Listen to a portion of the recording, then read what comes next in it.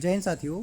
आप सभी के लिए एक बहुत ही खुशखबरी है, बहुत ही बड़ी खुशखबरी। ठीक है, यह उत्तर प्रदेश पुलिस भर्ती एवं प्रोन्नति बोर्ड की तरफ से साथियों इन्होंने बताया था कि आपका दिसंबर से पहले आपका फॉर्म आ जाएगा। ठीक है, तो इन्होंने वह करके दिखा दिया है। ठीक है, आज 31 दिसंबर 2025 है और आज ही के दिन आपका जो है यूपी पुलिस क्या है, यूपी पुलिस कांस्टेबल जो है, यूपी पुलिस कांस्टेबल की जो वैकेंसी है वह आ चुकी है। ठीक है साथियों, कांस्टेबल की भर्ती जो है वह आ चुकी है और आपको दिखाते हैं कि इसमें पदों की जो संख्या है टोटल वह 32,000 कितनी साथियों, 32,000 इस बार टोटल 32,641 पदों पे वैकेंसी आई हुई है। तो आप लोग खुश हो जाइए और तैयारी में अपनी पूरी तरह से लग जाइए। ठीक है, बहुत से बच्चे आस देख रहे थे कि कब भर्ती आया और कब हम लोग फॉर्म भरे, तो आप लोग को चुकना नहीं है इस बार। ठीक है, सिलेक्शन लेके रहना है। चलिए देखते हैं इस वैकेंसी में कौन कौन से पद हैं और कितने कितने किस कैटेगरी के पद हैं साथियों। ठीक है, तो चलिए सबसे पहले देखते हैं आपका ये पहला आपका दिया गया है पॉइंट नंबर 1 क्या है, क्या है यूपी पुलिस में क्या है निम्न पदों पर वैकेंसी जो है या बोले पद जो है आपको दी गई कौन कौन सी, का ख ग घ ड च और छा, यानी इतने सारे पार्टों में, यानी कि इतने सारे जो है पोस्ट खाली हुए हैं। कौन कौन से, नागरिक आरक्षी पुलिस, फिर क्या आरक्षी पीएसीसी सशस्त्र पुलिस। ठीक है, फिर क्या है आरक्षी विशेष सुरक्षा बल, महिला बटालियन हेतु महिला आरक्षी, फिर क्या है आरक्षी घुड़सवार पुलिस, जेल वार्डन और जेल वार्डन पुरुष महिला।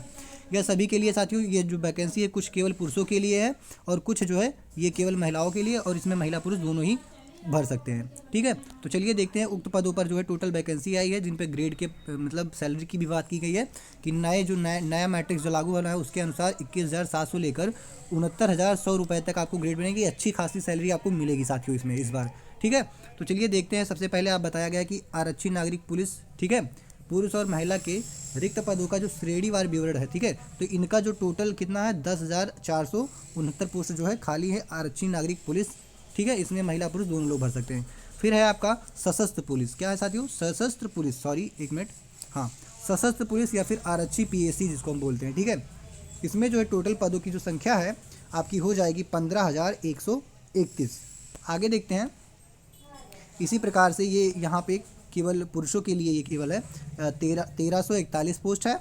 और नेक्स्ट है आपका ये महिला बटालियन के लिए, इसमें केवल महिलाएं भर सकती हैं और इसमें टोटल है 2282 पद। ऐसे ही सब मिला के आपको 32,641 पद देखने को मिलेंगे। यहाँ पे ये टोटल 71 पोस्ट और ये 3,279। इसी के साथ में जेल वार्डन महिला की जो है टोटल 106 पोस्ट खाली हैं। ठीक है साथियों, और आपको बता दें कि जो आवेदन की समय है, ठीक है, क्या है आवेदन की समय सारणी है, तो ऑनलाइन करने की जो तिथि है आपकी यह हो जाएगी 31/12/2025 से लेकर 30/1/2026 तक। और आवेदन शुल्क जमा करने की जो तिथि है वह सेम है इसी के अनुसार। ठीक है, तो आप लोग ध्यान से रखिए कि आप लोग को इस फॉर्म में भरना ही भरना है और इस बार चूकना नहीं है। ठीक है साथियों, और आप सभी लोग जो है अपने डॉक्यूमेंट जो है कंप्लीट करवा लीजिए अगर आपके कंप्लीट नहीं हो तो। फिर देखते हैं क्या है कि अभ्यर्थी को जो है आवेदन से करने से पूर्व जो है उनको 1 टाइम रजिस्ट्रेशन करवाना अनिवार्य होगा। ठीक है, यानी कि बिना अभ्यर्थी मतलब क्या है कि बिना 1 टाइम रजिस्ट्रेशन OTR के जो है आप फॉर्म नहीं फिल कर पाएंगे।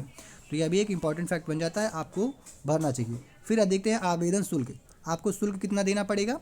तो शुल्क जो है साथियों वह सामान्य EWS और अन्य पिछड़ा वर्ग के अभ्यर्थियों के लिए जो है 500 रुपये और अनुसूचित जनजाति अभ्यर्थियों के लिए जो है टोटल 400 रुपये पड़ेंगे फीस। फिर क्या है राष्ट्रीयता, ये तो सब आप बात जानते हैं साथियों की होनी चाहिए आपकी राष्ट्रीयता। ठीक है, फिर क्या है आगे देखते हैं इसी तरह से शैक्षिक अर्हता क्या है। शैक्षिक साथियों ये टोटल क्या होना चाहिए कि 12th पास होना चाहिए। इसमें देखिए क्या दिया गया है कि भारत में विविध विधि द्वारा स्थापित किसी भी बोर्ड से 12वीं कक्षा की अर्हता या सरकार द्वारा मान्यता प्राप्त उसके समकक्ष अर्हता होनी चाहिए, यानी आप 12th पास होने चाहिए तभी आप एलिजिबल होंगे इस पोस्ट के लिए। ठीक है, फिर क्या है आपका देखते हैं आप ये इसमें कुछ बताया गया है और भी क्या है अधिमानी अर्हताएँ, मतलब और कुछ जो साथी मान सकता है। ये क्या है DOE AC, ये सब कंप्यूटर के O स्तर की, जिसको हम O लेवल बोलते हैं। ठीक है, ऐसे ऐसे कई सारे आप लगा सकते हैं। फिर आयु की बात कर लें साथियों, आयु में बच्चे सब लोग सोच रहे होंगे कि हमारी आयु एज कितनी होनी चाहिए।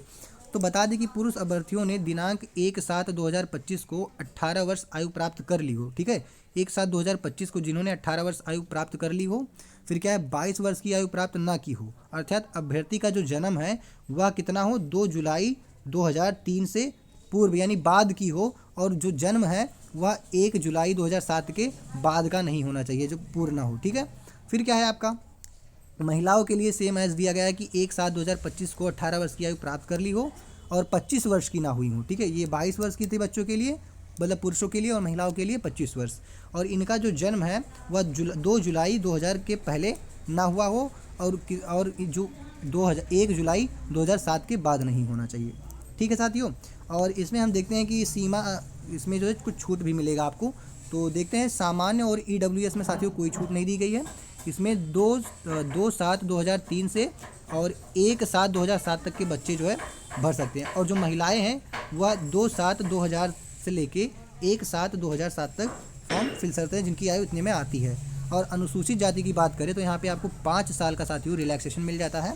तो इसमें 2/7/1998 से जिनका जन्म हुआ है उसके बाद का, और 1/7/2007 से पहले जो 18 वर्ष के पूरे हो चुके हैं वो फॉर्म भर सकते हैं, ठीक है। सेम एज महिलाओं में साथियों, महिलाओं में थोड़ा और छूट दिया गया है। अनुसूचित जाति की महिलाओं को 2/7/1995 से मतलब के पहले ना जन्म लिए हों, और 1/7/2000 मतलब 1/7/2007 तक क्या है, ये 18 साल की पूरी हो गई, इससे पहले ही, बाद में नहीं, ठीक है। और ऐसे ही सेम एज इसमें अनुसूचित जाति और अनुसूचित जनजाति की बात की गई है।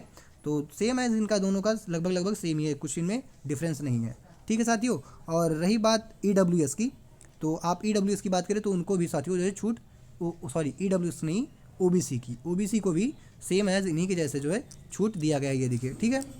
चलिए नेक्स्ट आपको देखते हैं, जो आपको देखना चाहिए, ये यहाँ में कुछ बातें लिखी गई हैं चरित्र के बारे में आपकी, क्या वैवाहिक परिस्थिति के बारे में, शारीरिक स्वस्थता आपकी होनी चाहिए, यानी आप शारीरिक रूप से स्वस्थ होने चाहिए, और इसके कुछ मतलब फिजिकल होते हैं ना भर्ती प्रक्रिया की, तो वो सब। तो साथियों इसी के साथ में, और इसकी जो परीक्षा होने वाली है अभी देख लेते हैं, 1 मिनट, क्या है इसकी लिखित परीक्षा होने वाली है। तो लिखित परीक्षा में क्या होगी, यह पुराने पैटर्न पर ही होगी। क्या है, लिखित परीक्षा में वस्तुनिष्ठ प्रकार का प्रश्न पत्र रखा जाने लिखित रूप से, यानी लिखित परीक्षा जो है वह 300 अंकों की होगी साथियों। कितने, 300 अंकों की परीक्षा होगी, जिसके लिए आपको 2 घंटे का समय मिलेगा साथियों, यानी कि 2 आवर्स का आपको टाइम मिल जाएगा उसके लिए। फिर क्या है, इसमें जो है टोटल जो साथियों विषय की बात करें तो टोटल आपको 4 विषय होंगे। कौन कौन से, सामान्य ज्ञान, फिर क्या है सामान्य हिंदी, उसके बाद में संख्यात्मक एवं मानसिक योग्यता, या फिर मानसिक अभिरुचि एवं बुद्धिलब्धि एवं तार्किक क्षमता, यानी आपको इसमें रीजनिंग, मैथ्स और क्या है जनरल नॉलेज और हिंदी, सामान्य हिंदी, इन सभी का जो है पूछा जाएगा प्रश्न, ठीक है। फिर क्या देखते हैं, उत्तर प्रदेश की आरक्षित तथा मुख्य आरक्षित सेवा नियमावली 2015 से संशोधित है, ये सब इनके बारे में बताया गया है, ठीक है। फिर क्या है, आरक्षित अभ्यर्थियों के लिए 30% है, ये क्या है, भर्ती के पात्र नहीं होंगे, आप कम से कम 30% जो है नंबर लाइए तभी आप पात्र होंगे, ठीक है। फिर क्या है, आर्थिक वर्ग EWS के लिए आप 25% है, और अन्य पिछड़ा वर्ग जिसको हम OBC बोलते हैं, आप 25% नंबर लाना अनिवार्य होगा, ठीक है, लिखित परीक्षा में। और अनुसूचित जाति के लिए 20% है, और अनुसूचित जनजाति के लिए भी सेम है। आपको प्रत्येक प्रश्न के लिए आपको 2 अंक निर्धारित किए गए हैं साथियों, 150 प्रश्न होंगे कुल, और प्रत्येक के लिए 2 अंक होंगे। यह जो लिखित परीक्षा है वो OMR आधारित परीक्षा है, और इसके आधार मतलब क्या है अनुसार जो है संपन्न कराई जाएगी आपकी। लिखित परीक्षा का जो पाठ्यक्रम परिशिष्ट 1 पर संकलन है, अभी मतलब इसमें जो है आपका पूरा सिलेबस दिया भी गया होगा। चलिए देखते हैं सिलेबस कहाँ पे है साथियों। सिलेबस को एक बार हम देख लेते हैं कि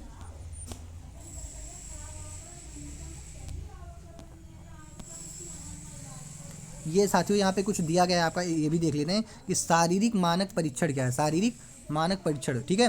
तो शारीरिक बात करें तो पुरुष की जो क्षमता है, पुरुष अभ्यर्थियों के लिए जो न्यूनतम शारीरिक मानक है वह निम्नवत है। कौन कौन से, सामान्य या अन्य पिछड़े वर्गों के लिए जो हाइट है, या अनुसूचित जातियों के पुरुषों के लिए हाइट है वह 168 सेंटीमीटर होनी चाहिए। अनुसूचित जनजाति के पुरुषों के लिए जो न्यूनतम हाइट है 160 सेंटीमीटर होनी चाहिए।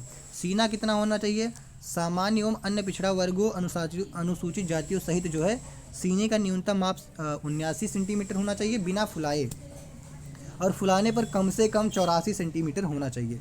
और इसी तरह अनुसूचित जनजातियों के अभ्यर्थियों के लिए 77 सेंटीमीटर बिना फुलाए, और फुलाने पर कम से कम 82 सेंटीमीटर होना चाहिए, ठीक है। और टिप्पणी है कि न्यूनतम जो है 5 सेंटीमीटर सीने का फुलाव अनिवार्य है, कम से कम जो है सीना जो है आप 5 सेंटीमीटर जो है अवश्य फुला ली जाए, ठीक है। चलिए आगे देखते हैं महिला अभ्यर्थियों के लिए जो आज साथियों आपकी ऊंचाई की बात करें, पहली है ऊंचाई। तो इनकी जो ऊंचाई है आपकी, जो सामान्य वर्ग की महिलाएं हैं और पिछड़ा वर्ग तथा अनुसूचित जाति की, उनकी 152 सेंटीमीटर होनी चाहिए हाइट, और जो अनुसूचित जनजाति की महिला अभ्यर्थी हैं उनकी 147 सेंटीमीटर होनी चाहिए, ठीक है। तो हाइट में और ये आपको फिजिकल के बारे में तो पता चल गया। और एक बात है कि महिलाओं अभ्यर्थियों के लिए जो न्यूनतम वजन है वह 40 किलोग्राम होना चाहिए, बट पुरुषों में ऐसा कुछ नहीं कि आपका 40 हो या उससे कम हो या कुछ भी, ठीक है, लेकिन महिलाओं में 40 होना ही चाहिए। फिर आगे देखते हैं, शारीरिक दक्षता परीक्षा भी आपकी होगी, जिसमें पुरुषों के लिए है 400 क्या है 4000 4.8 किलोमीटर यानी 4800 मीटर की रेस होगी, जिसे आप 25 मिनट में पूरी करनी है। उसके बाद में महिला अभ्यर्थी हो तो 2400 मीटर की जो है आपकी रेस होगी, जिसे आप 14 मिनट में पूरा करना होगा। फिर ठीक है, और नेक्स्ट देखते हैं आपका, इसमें और कुछ कुछ बातें बताई गई होंगी।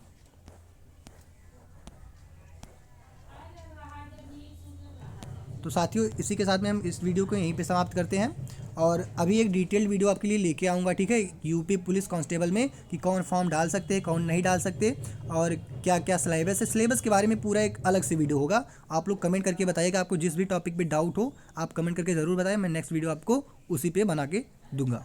तो मिलते हैं नेक्स्ट वीडियो में साथियों।